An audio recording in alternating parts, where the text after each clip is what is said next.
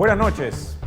Hace 10 años, en 2009, apareció Pobre Patria Mía, una obra desde todo punto de vista provechosa. Su autor, Marcos Aguinis, reconocido novelista y ensayista, asumió la misión de analizar lo que había ocurrido con Argentina. Desde su punto de vista, resultaba importante que se analizara, examinara y cuestionara cómo ese país, que llegó a estar entre las principales potencias del mundo desde hace ya varias décadas, nos ofrecía malos ejemplos desde el punto de vista de la administración del Estado. Por supuesto, Aguinis no ha sido la primera persona que haya llevado adelante aquella crítica demoledora de su propia sociedad. En 1909, por ejemplo, Bolivia tuvo a don Alcides Arguedas, quien a través de Pueblo Enfermo aprovechó su pluma para subrayar males, vicios y, según él, problemas mayores que aquejaban a la sociedad boliviana.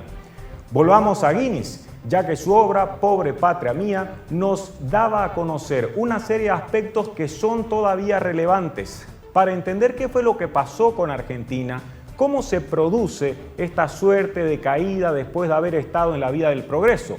No solo es importante para aprender acerca del pasado remoto, sino también sobre lo que ocurre en los últimos tiempos. ¿Por qué regresa el peronismo a través del kirchnerismo? Y finalmente, ¿cuál es la razón que permite justificar desde ciertos puntos de vista que Juan Evo Morales Saima haya obtenido protección en ese país?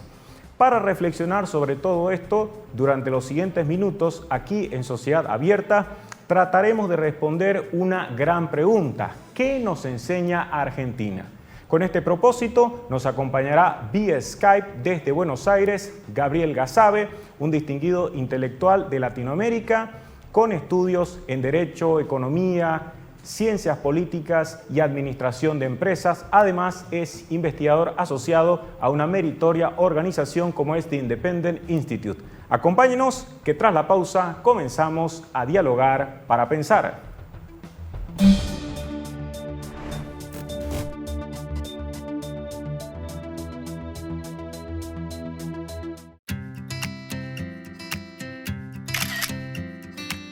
Hay peligros que no los ves, pero existen. No coloques muchos artefactos eléctricos en un solo enchufe. Esto podría causar incendios o choques eléctricos. Si tenés muchos artefactos eléctricos, usa una regleta. Prevenir es vivir. Es una orientación de CRE.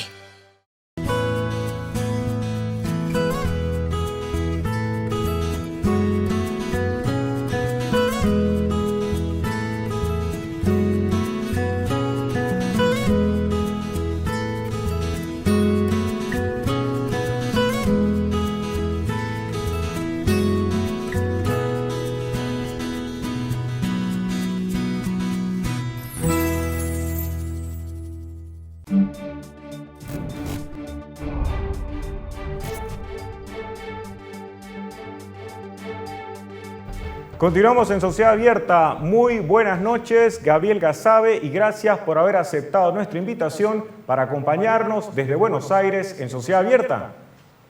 Buenas noches, Enrique. Buenas noches a la audiencia. Saludos a todos por allí.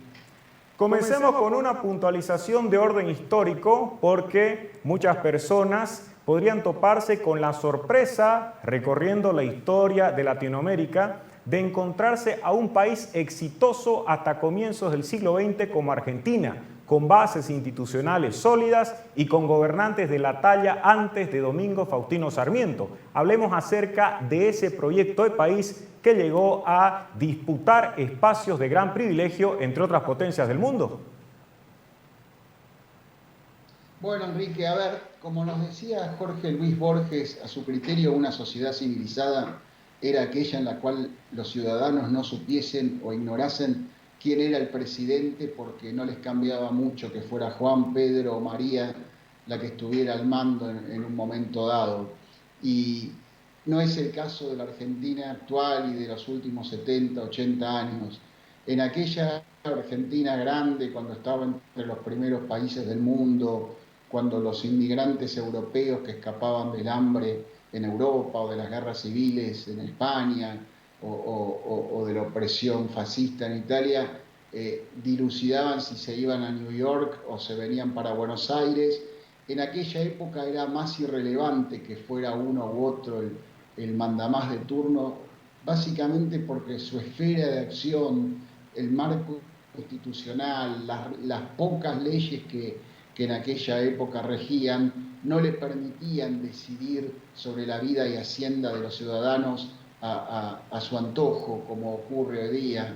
Aquella fue una Argentina que soñó Juan Bautista Alberdi, que era un tucumano de la provincia de Tucumán, aquí en el centro de la Argentina, en el noroeste, escribió las bases para la reorganización nacional, que sirvió como antecedente de nuestra primera constitución del año 1853, que prácticamente era una traslación a las pampas de la Constitución de los Estados Unidos.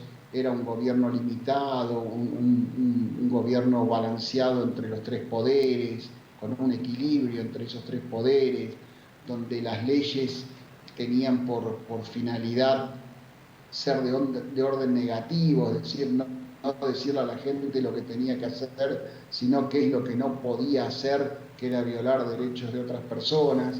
Desgraciadamente, con las décadas, Enrique y audiencia, así como la Argentina ha sido líder en inflación de nuestro dinero, inflación monetaria, también hemos experimentado inflación de derechos, inflación de legislación, inflación de regulaciones, que hoy día en estos momentos está tomando más virulencia y vuelve al ataque una vez más, ¿no? Pero así como la gente se ha acostumbrado, el argentino se acostumbró en las últimas décadas a zafar de la inflación monetaria, acudiendo al dólar o inclusive al trueque, como ha aparecido al comienzo de este milenio con los clubes del trueque, de los cuales hicimos un trabajo en una oportunidad con Álvaro Vargas Llosa y una fundación local para el Independent Institute. La gente también se ha acostumbrado felizmente a zafar de las regulaciones. Yo siempre digo que un extranjero, un dinamarqués, un escandinavo, un suizo, en la Argentina perece a la semana si el individuo, con el apego a la ley y a las tradiciones institucionales que tienen esos países, se pone a cumplir a pie y juntillas cada estatuto, cada norma, cada reglamentación que está vigente. Pensemos, desgraciadamente, pensemos, Gabriel, a propósito de lo que se estaba remarcando, en aquel proyecto de país que había resultado exitoso, pero que en algún momento determinado generó ciertos cuestionamientos y se produjo un distanciamiento de la orientación inicial que tenía. Hacía referencia, desde luego con toda justicia, a Juan Bautista Alberdi, su enorme trabajo que permitió la Constitución de 1853. Y no es un dato menor, lo que pasa es que si uno revisa lo que ocurre en el concierto latinoamericano, las constituciones son normas que fácilmente pueden ser dejadas de lado, se modifican con grandes facilidades debido a propuestas ideológicas que no invitan al mejor de los proyectos de país. Pero resulta que en el caso de Argentina, gran parte del éxito que se tuvo en principio tiene como columna vertebral precisamente esa Constitución. Un documento que puede ser cuestionado recientemente en Chile, pero que sí proporciona las condiciones que sirven para explicar muchas de estas experiencias valiosas que se han dado en Argentina y que sirven también como un ejemplo a seguir en otros escenarios.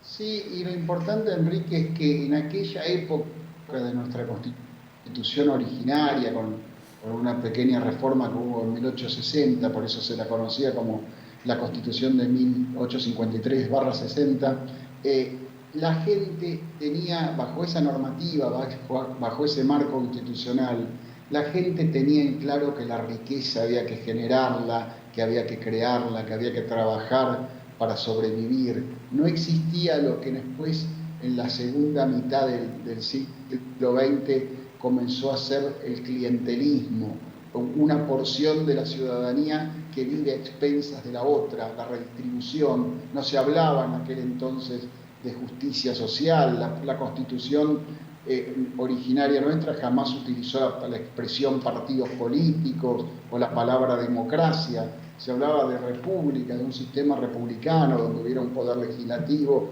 un ejecutivo y un judicial que se controlaran recíprocamente y que el judicial tuviese el control de la constitucionalidad de las leyes. Es decir, la idea de que la gente era libre para buscar su propia felicidad, como fuera factible que lo lograsen de un modo más dinámico, más lento, más exitoso o repleto de fracasos, según cada caso, como es la vida de cada uno de nosotros, pero era la idea de que cada uno era artífice de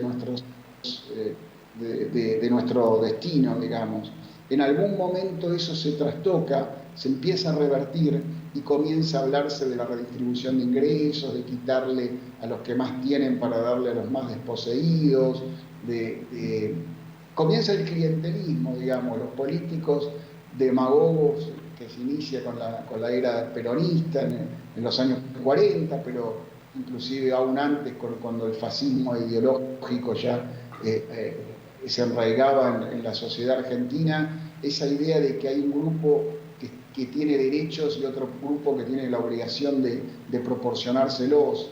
Entonces ahí comienza, digamos, la debacle del país, cuando la riqueza que existía deja de crecer y simplemente se la va repartiendo como si fuese un pastel acotado que había que disminuir las porciones o hacerlas más pequeñas para que más gente pueda acceder a la misma, en vez de verlo ese pastel, a esa torta como algo infinito y que había que permanentemente estar creando y contribuyendo a que crezca, y se habla más de desarrollo que de progreso, porque el desarrollo en última instancia es continuar con algo que está en curso, pero lo importante era cuando aquella generación del siglo XIX, los padres fundadores de la Argentina hablaban de progreso, de salir adelante, de la nada lograr algo, no meramente ir cambiando lo que ya existía. Entonces hubo en distintos momentos históricos un apartamiento de aquella idea inicial, tal vez porque no cuajó tanto en una población como la Argentina, ¿no? Una crítica que algunos hacen al Verdi era que su entusiasmo de traer las instituciones estadounidenses a una tierra hispana tal vez chocó contra las tradiciones o mismo contra la influencia de la religión católica o de los conquistadores españoles que estaba presente en la idiosincrasia local. Pero de todas maneras, aún con esos conflictos, aún con poblaciones distintas en el norte y en el sur, la Argentina fue una alternativa para la gente que buscaba libertad y prosperidad hasta los primeros años del siglo XX, con esas instituciones traídas de Estados Unidos.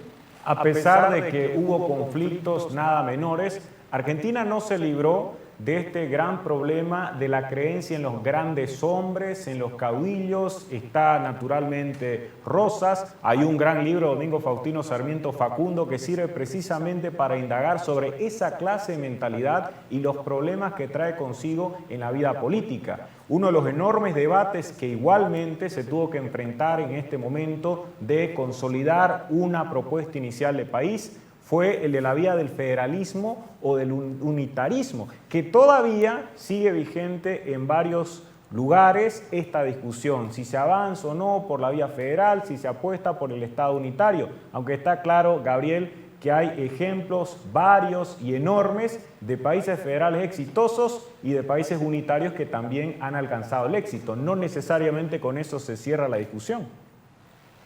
Exacto, Enrique, es decir, aquí eligió muy poco tiempo aquella expresión estadounidense de que hay que lograr un gobierno de las leyes y no de los hombres, que independientemente de quién esté al mando, las instituciones sean las que sigan regulando la vida en sociedad y que no haya un caudillo, un hombre fuerte que lidere, que lleve la batuta como si nosotros fuéramos miembros de una orquesta, ¿no?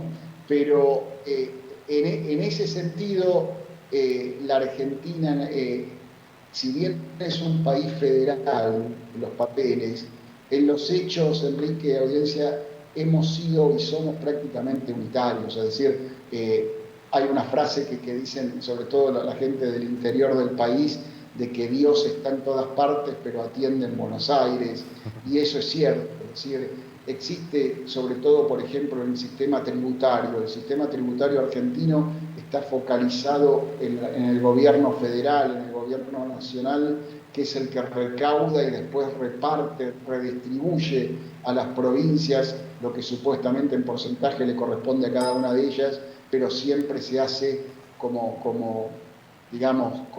mendrugos de pan que se le da a las provincias que son más afines a la política del gobierno nacional. No existe en materia tributaria, por seguir con el ejemplo, competencia entre las distintas provincias para hacerse más atractivas y para mostrarle a potenciales inversores o gente que simplemente quiere ir a vivir allí, que las cuentas están más acordes a la normalidad y que es más coherente radicarse en un lugar o en otro. Todo sigue pasando por Buenos Aires, por eso el permanente desfile que tú ves aquí de los gobernadores reunidos con el presidente de turno.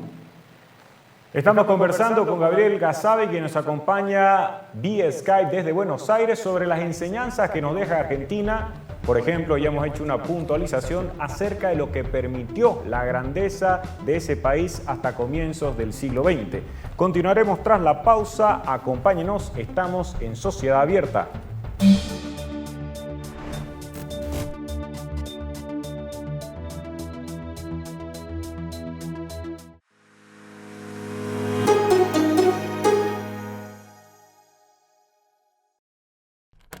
Te va a latir el corazón fuerte. Vas a sentir la esencia de la velocidad. Vas a vivir la adrenalina del fútbol. Entrar en acción con tus series y películas favoritas. Navegar a toda mecha. ¿Qué esperas? Pedí ya tu combazo de cotas. Esta empresa está regulada y fiscalizada por la ATT.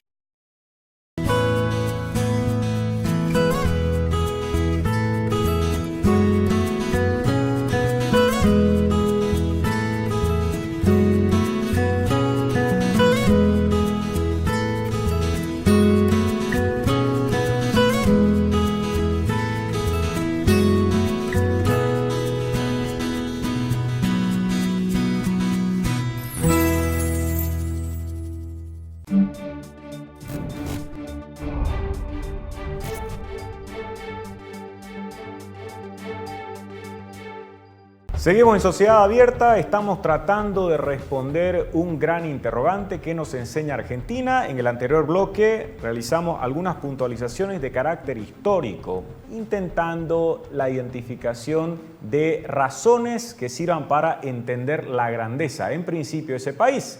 Pero destacamos, junto con Gabriel Gasabe, que en algún momento hubo ese distanciamiento, se apartaron de un proyecto exitoso. Y qué duda cabe, Gabriel, que no se puede sino pensar en el peronismo como una de las explicaciones de que Argentina después haya iniciado, por desgracia, este proceso de caída, para llamarlo de alguna forma. Sí, bueno, obviamente, Enrique, el peronismo ha sido nuestra bomba de Hiroshima que cayó aquí en la Plaza de Mayo, frente a la sede del Gobierno Nacional, allá por 1943, es decir, es no diría una ideología, sino es un movimiento, como ellos mismos se expresan, que abarca desde el fascismo hasta el izquierdismo más extremo. Es una bolsa de gatos donde lo único que ha interesado es tratar de controlar el poder, y lo han hecho muy bien, digamos, se han mantenido vigentes, como te digo, ya se van para un siglo, dentro de un par de décadas, en la historia de la política argentina, cosa que uno no ve en otros países del mundo, que un movimiento siga tan presente y se alterne en el poder con tanta asiduidad como el Partido Peronista o el Partido Justicialista, como lo llamaba el creador, Juan Domingo Perón, por hacer la bandera de la justicia social a su partido. Él le había dicho el Partido Justicialista, lo había denominado de esa manera. El peronismo comenzó la etapa inflacionaria en la Argentina. El peronismo, siempre que gobernó en la Argentina, encontró un país rico, un país más o menos con las cuentas sanas, Nunca hubo un caso como el actual, donde han llegado al poder con finanzas muy maltrechas y sin posibilidad de hacer clientelismo, de hacer populismo, porque aún incluso en el año 89, cuando asume el presidente Menem, tras la hiperinflación que dejaba el gobierno radical de Raúl Alfonsín, tenían las joyas de la corona o de la abuela, que eran las empresas públicas que se privatizaron para hacer fondos, para hacer caja. Entonces eso ya ni siquiera lo tenemos ahora, porque la voluntad popular no aprobaría ningún tipo de privatización. Entonces la diferencia de los otros populismos peronistas es que este no tiene dinero. Entonces, ¿cómo solventamos el pan y el circo al que ellos nos tienen acostumbrados sin caja? Y ese va a ser el gran interrogante, es decir, si lograrán buscarle la vuelta vía emisión monetaria, a un riesgo de caer eventualmente en una hiperinflación en algún momento no muy lejano, o se generará un gran descontento, desilusión entre el caudal de votantes que les ha dado apoyo al ver que no se cumplen sus expectativas. Pero antes de analizar qué es lo que está sucediendo con el flamante gobierno de Alberto Fernández, que tiene como vicepresidenta a la expresidenta Cristina Fernández de Kirchner, me gustaría resaltar algo a propósito de las lecciones que nos puede ofrecer Argentina, ya que se suele subrayar el hecho de que las personas tengan una pésima memoria en materia política, y esto desde luego se podría percibir en diferentes lugares del mundo. Pero en el caso de Latinoamérica, Bolivia, también Argentina, está el hecho de que uno simplemente recuerde gobiernos supuestamente exitosos, pero sin tomar en cuenta el contexto.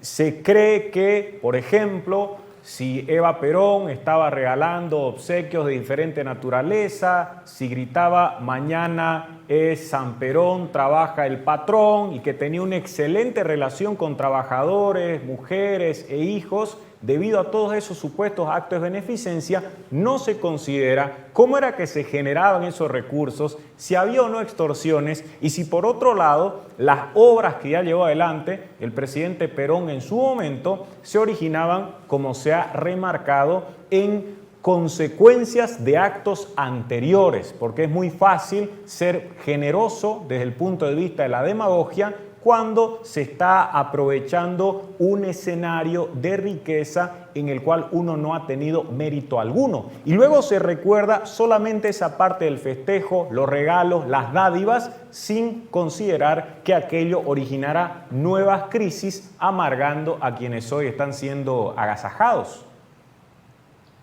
Sí, es cierto, Enrique. Es decir, cuando asume Perón allá en el año 45, piensa tú que había terminado la Segunda Guerra Mundial y las reservas de oro del Banco Central argentino eran inmensas, a tal punto que Perón había hecho la broma o el chiste de que él se tropezaba, o que una persona se tropezaba en los pasillos del Banco Central con las barras de oro que había acumuladas.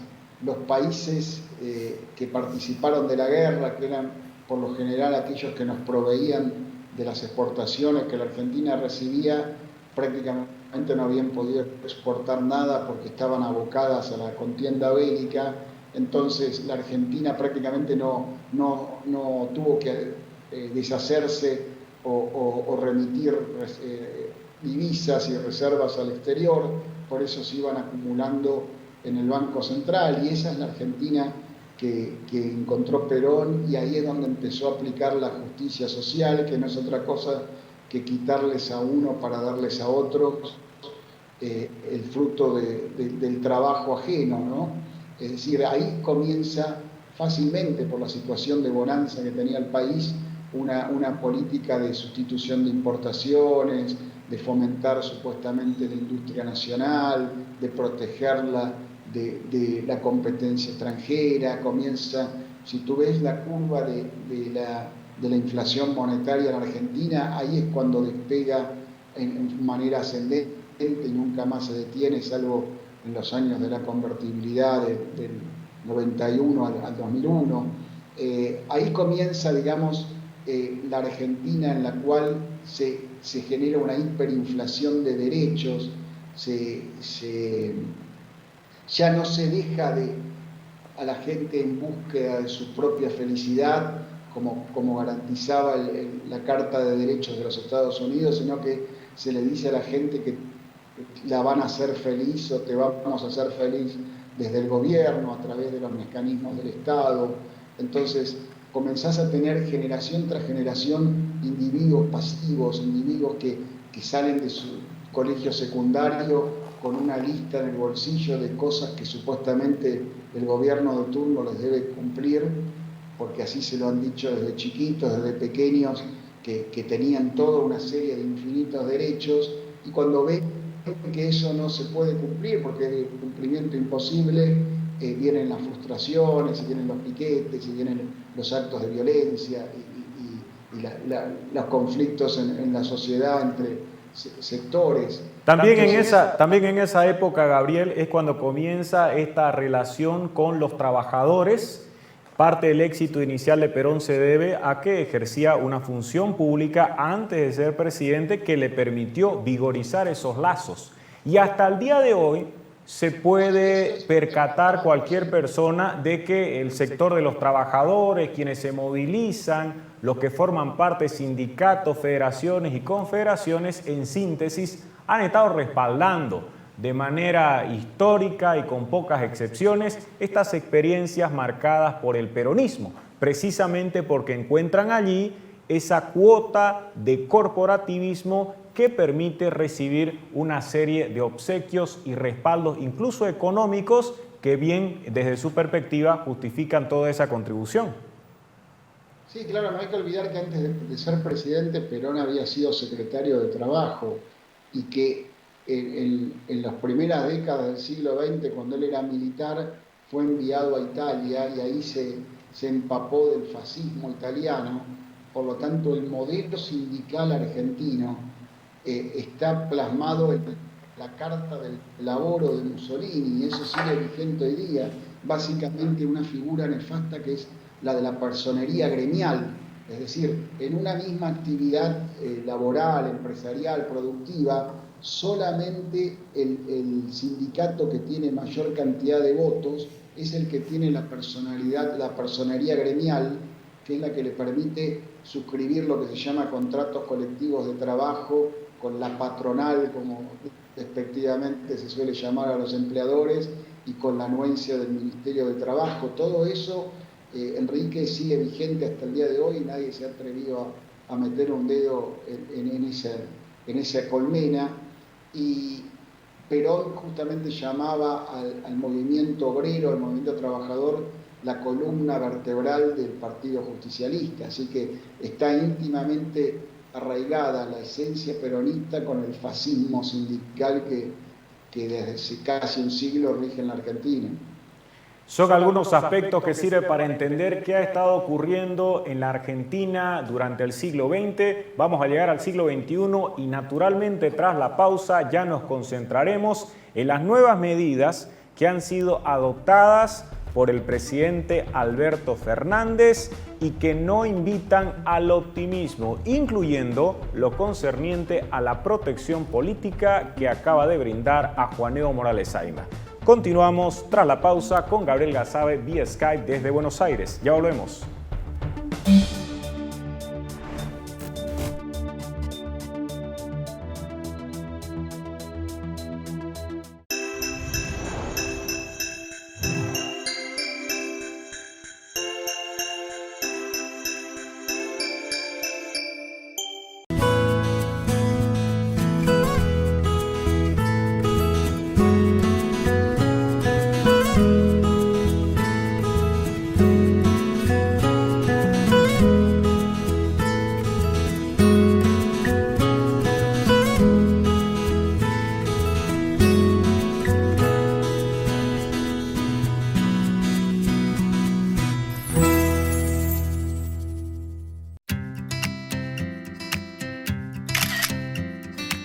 Hay peligros que no los ves, pero existen.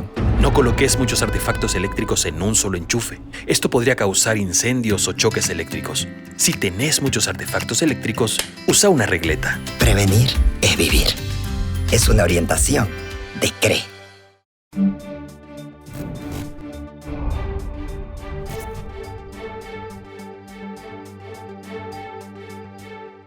Último bloque, Sociedad Abierta. Estamos reflexionando acerca de las enseñanzas que nos deja Argentina. Hace algunos años apareció un espléndido ensayo de David Reed, Elogio del Olvido, y él planteaba que era importante no recordarlo todo. Está claro que en algunas ocasiones esto puede ser peligroso, fundamentalmente cuando pasa poco tiempo de un gobierno tan corrupto como el kirchnerismo que retorna al poder. Gabriel, parece increíble que a pesar de que todo ha sido descubierto, revelado, con bolsones de dinero de por medio, se ha concretado este retorno, en donde tienen parte también de responsabilidad algunas autoridades salientes. Sí, es cierto, Enrique. A ver, aparentemente el tema de la corrupción no es algo que haya preocupado a gran parte de la población, por lo menos a un poco más de la mitad de la población en los comicios, en las elecciones pasadas de este mes de octubre. Si bien, como tú dices, todo salió a la luz, la expresidente Kirchner está imputada o está incorporada en 15 causas penales, por lo menos, por corrupción, por básicamente manejos o desmanejos de temas relacionados con fondos destinados a la obra pública.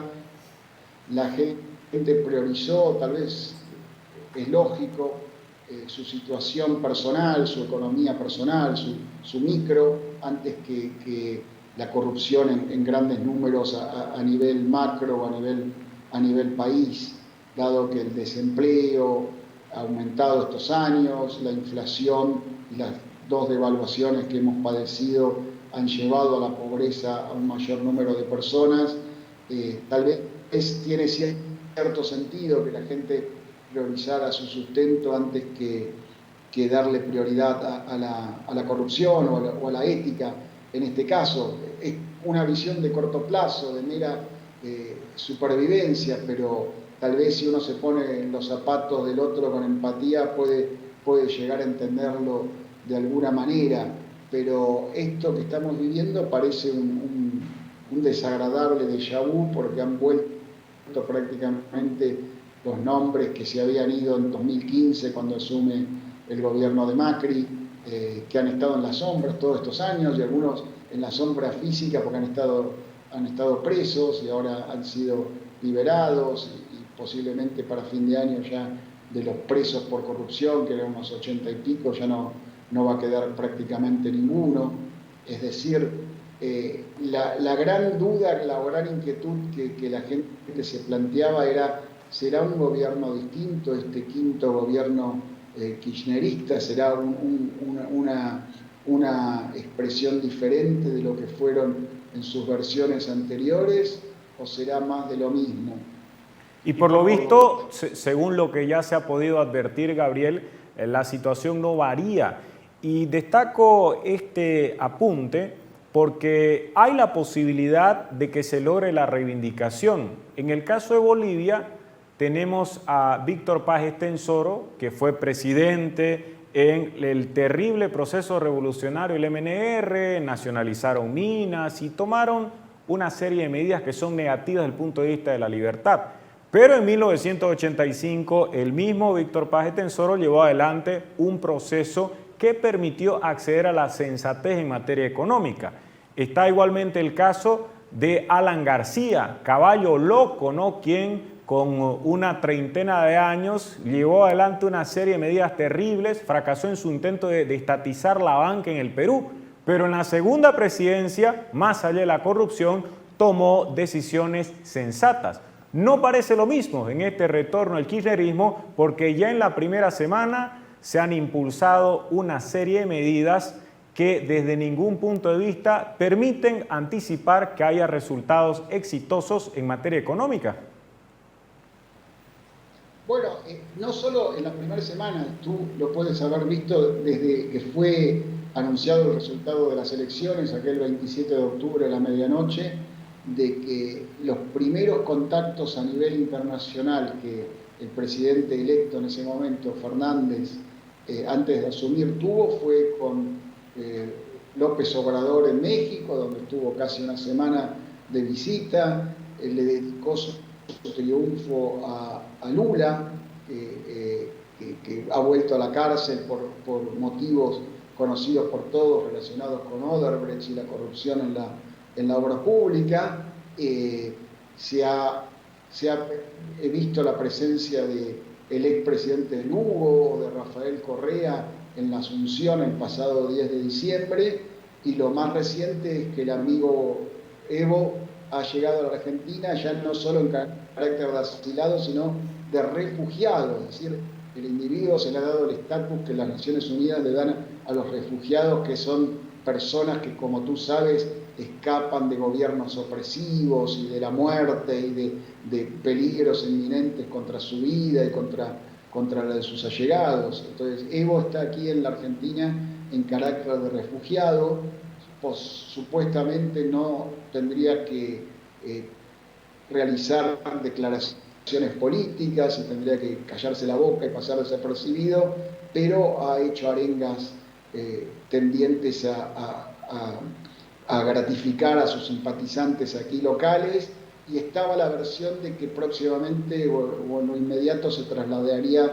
al norte argentino, a la provincia de Salta, para ya directamente hacer la campaña en la zona fronteriza con Bolivia. Así que, digamos, las muestras que hemos tenido esta primera semana, más los proyectos de ley que mañana se van a tratar de ampliar los poderes del Poder Ejecutivo o las facultades del Poder Ejecutivo para ser más discrecional en materia económica, tributaria, financiera, previsional, nos hacen ver que volvemos a un triste déjà vu de más de lo mismo de lo que fueron los 12 años anteriores de kirchnerismo, con los 4 del mandato de Néstor y los 2 de Cristina. Una vez más, el dólar tiene el protagonismo, pero no con el ánimo de tener una buena relación con esa moneda que merece nuestro aprecio y sin duda se gasta con gusto, sino que existen regulaciones que precisamente buscan, y lo ha señalado un representante del gobierno, Alberto Fernández, que se deje de lado en favor de la moneda nacional, cuando claramente la realidad en Argentina hace mucho tiempo permite notar que si hay una moneda que sí se valora es el dólar y no el peso argentino. Se establece un pago adicional que se tiene que asumir, tampoco se estimula el turismo, que supuestamente sería una de las grandes alternativas para generar mayores recursos. Y es una muestra de lo errado que resultan algunos de estos planteamientos, Gabriel. Sí, Enrique, a ver, no se entiende que ante la ausencia de una moneda local, porque el argentino prácticamente desde que nace no tiene una moneda local salvo para las pequeñas transacciones, y lo hace porque tiene curso forzoso el dinero nacional, porque está obligado a utilizarlo, la gente se ha refugiado espontánea y voluntariamente en el dólar para ahorrar, para poder comprar algo de pequeño o de mayor tamaño en el futuro, para una casa, para un automóvil, para una motocicleta. Todo eso la gente lo expresa en su mente y realiza transacciones en dólares americanos. Entonces, no se entiende que el dólar es el refugio de la gente para preservar el fruto de su trabajo, para no tener los pesos argentinos que son como un bloque de hielo en la azotea de una casa bajo el sol de verano, porque se derrite permanentemente, va perdiendo su valor. Pero los gobiernos que se han ido sucediendo no aceptan eso, si bien sus funcionarios deben tener sus cuantiosos dólares amarrocados en cada oportunidad, no lo aceptan y tratan de alejar a la gente del dólar, hacerle más difícil el acceso al dólar. Y ahora lo que ha ocurrido en estos días y el proyecto que se tendrá que tratar mañana es lo que se denomina el llamado dólar turista. Es decir, cuando un argentino viaje a Bolivia o a Uruguay o a Miami o a donde tenga la suerte de ir y haga una erogación o pague un servicio o un objeto con tarjeta de crédito, va a tener un recargo del 30% como un castigo por haber consumido en una moneda que no fuera la moneda local. Entonces, el tipo de cambio real, digamos, se ve incrementado en un 30% de un día para el otro por a través de artilugios de la ley. Lo que va a lograr es lo que la gente ya sabe, de que tiene que acudir al mercado negro a hacerse de los dólares, que van a estar mucho más baratos que ese dólar turista, y tratar de hacer el grueso de sus transacciones en el exterior en efectivo, en cash. Además que se ha impulsado una medida que tiene que ver con prácticamente la prohibición de que alguien pueda ser objeto de una cesación del vínculo laboral. Si usted en este momento quiere optar por terminar una relación de trabajo, tendría que pagar una doble indemnización, no una, sino 2 indemnizaciones a los trabajadores. Y supuestamente eso se ha establecido con el ánimo de proteger la fuente laboral, pero no existe ninguna preocupación acerca de cómo fomentar la creación de riqueza, la generación de actividades económicas, que a su vez esto permita multiplicar el empleo. Lo que se busca es petrificar un empleo mientras la empresa no camina sino dirigiéndose hacia la quiebra. Y son algunas de las medidas que están siendo adoptadas por este nuevo régimen peronista en esta versión que conocemos en el siglo XXI. En los ya apuntes finales, Gabriel, si es que se pretendiera a modo de resumen y para beneficio del prójimo en el resto de Latinoamérica, tener algún aprendizaje respecto al retorno de esta experiencia que uno creía que ya formaba parte del pasado, que se podría acotar. Quizá alguna recomendación, como se ha indicado, que hay que ser más claros en cuanto al legado, o tal vez tener mayor paciencia porque la carga suele ser muy fuerte después de estos problemas populistas. Yo diría 2 cosas, Enrique. Un error que cometió el gobierno de Macri fue cuando asumió, que lo hemos destacado alguna vez con ustedes, no hizo un relevamiento de la situación que él recibía. Con la idea de no empezar su mandato dando malas noticias, no describió o no le narró a la sociedad realmente cuál era el estado de situación en la cual él asumía su mandato.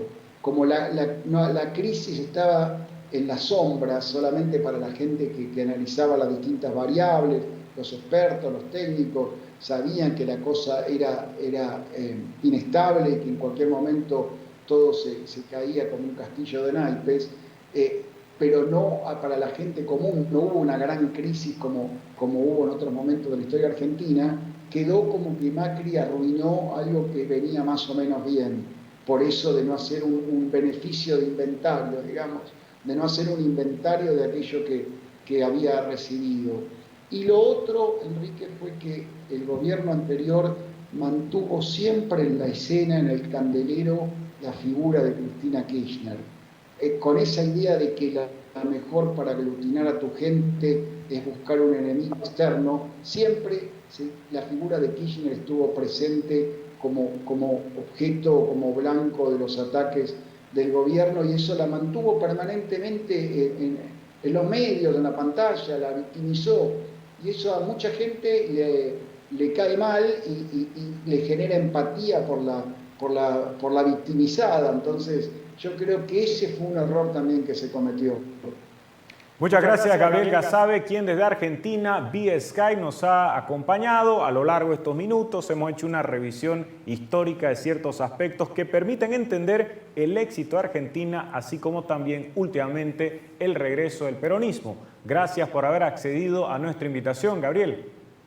Gracias, Enrique. Buenas noches a todos. Un saludo a la distancia. Y con nosotros será hasta el próximo día miércoles, cuando regresemos con el ánimo de dialogar para pensar aquí en Sociedad Abierta. Buenas noches.